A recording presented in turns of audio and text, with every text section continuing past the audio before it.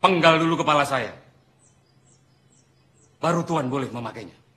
Ini saatnya kita terpanggil mempertahankan hak Allah, hak agama, dan hak bangsa kita.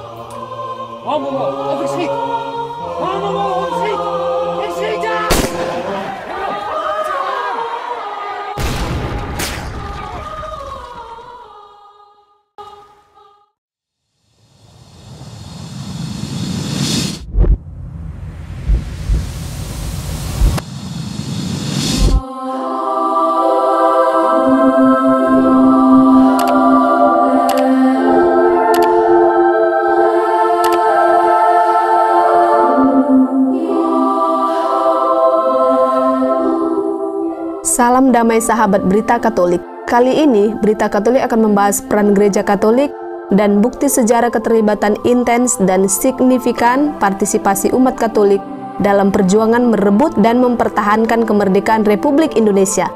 Konten kali ini untuk memperingati Hari Sumpah Pemuda 28 Oktober kemarin.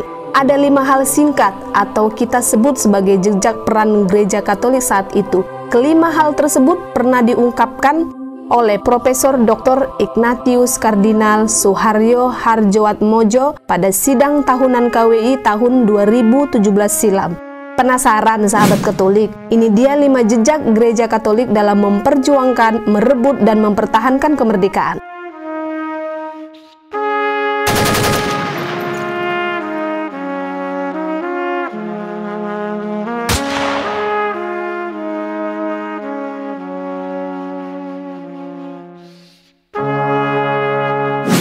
Jejak pertama, terkait dengan Sumpah Pemuda 28 Oktober 1928.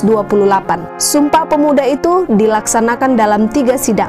Sidang pertama dilaksanakan pada tanggal 27 Oktober sore di Gedung Pemuda Katolik yang letaknya saat itu di belakang Gereja Katedral, sekarang jadi Aula Katedral. Sejarah menunjukkan bahwa Gereja Katolik punya peran penting sekurang-kurangnya sejak 1928. Bukti-bukti dokumentasi tentang sidang pertama para pemuda di belakang katedral tersebut sedang dicari dan dikumpulkan. Ada yang mencari di luar negeri, terutama di negeri Belanda, untuk menggambarkan bagaimana persisnya yang terjadi dalam rapat tersebut.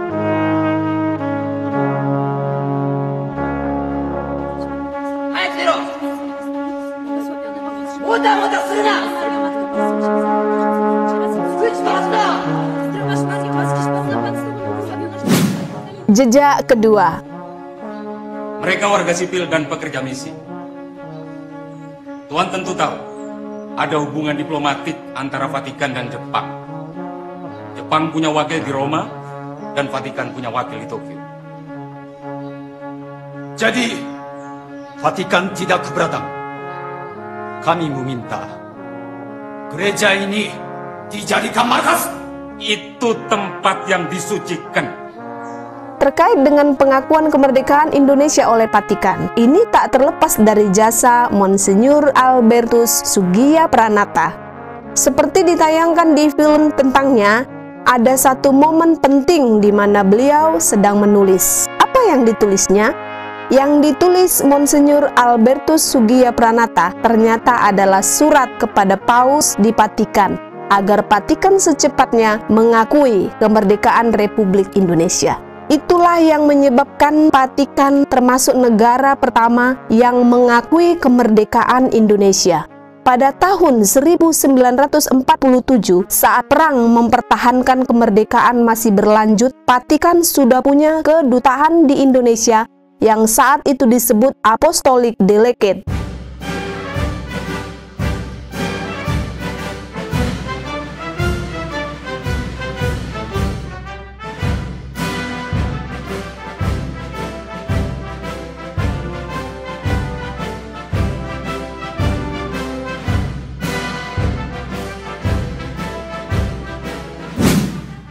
Jejak ketiga, berupa dukungan terhadap kedaulatan dan kemerdekaan RI. Hal ini masih terkait dengan sikap Monsinyur Sugiyapranata. Saat ibu kota Republik Indonesia dipindahkan ke Yogyakarta, Monsinyur Sugiyapranata pun memindahkan pusat keuskupan Semarang ke Yogyakarta. Ini adalah tindakan simbolis bahwa Gereja Katolik sejak awal kemerdekaan sungguh mendukung kemerdekaan RI.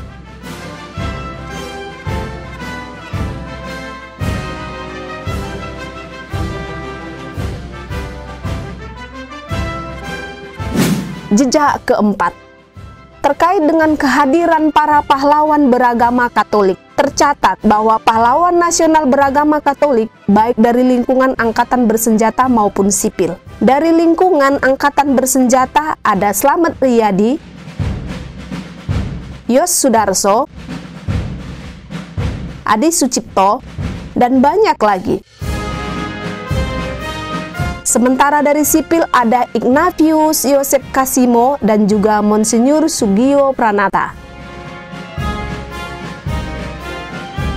Jejak kelima, terkait peneguhan dasar negara Pancasila. Setelah kemerdekaan Republik Indonesia sejak tahun 1954 sampai 1956, Monsinyur Sugio Pranata mendirikan berbagai macam ikatan yang dalam bahasa sekarang disebut organisasi masyarakat.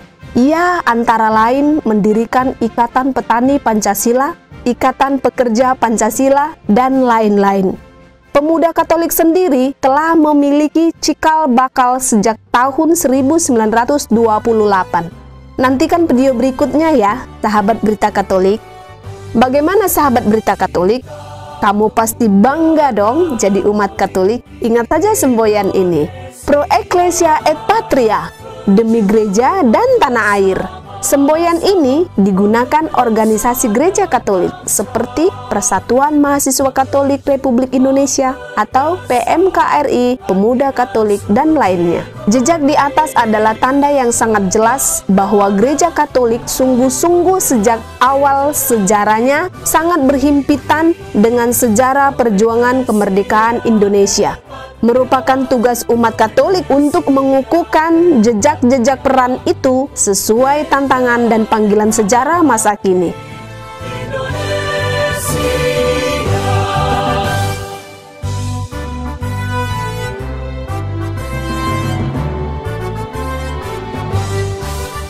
Kita pemuda Katolik di Indonesia,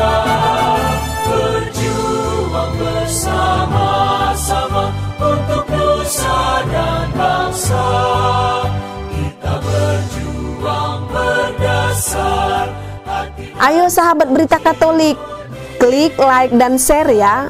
Jangan lupa komen dan subscribe jika kamu suka. Salam damai, Kristus memberkati kita semua. Pro Ecclesia et Patria, Pro Ecclesia et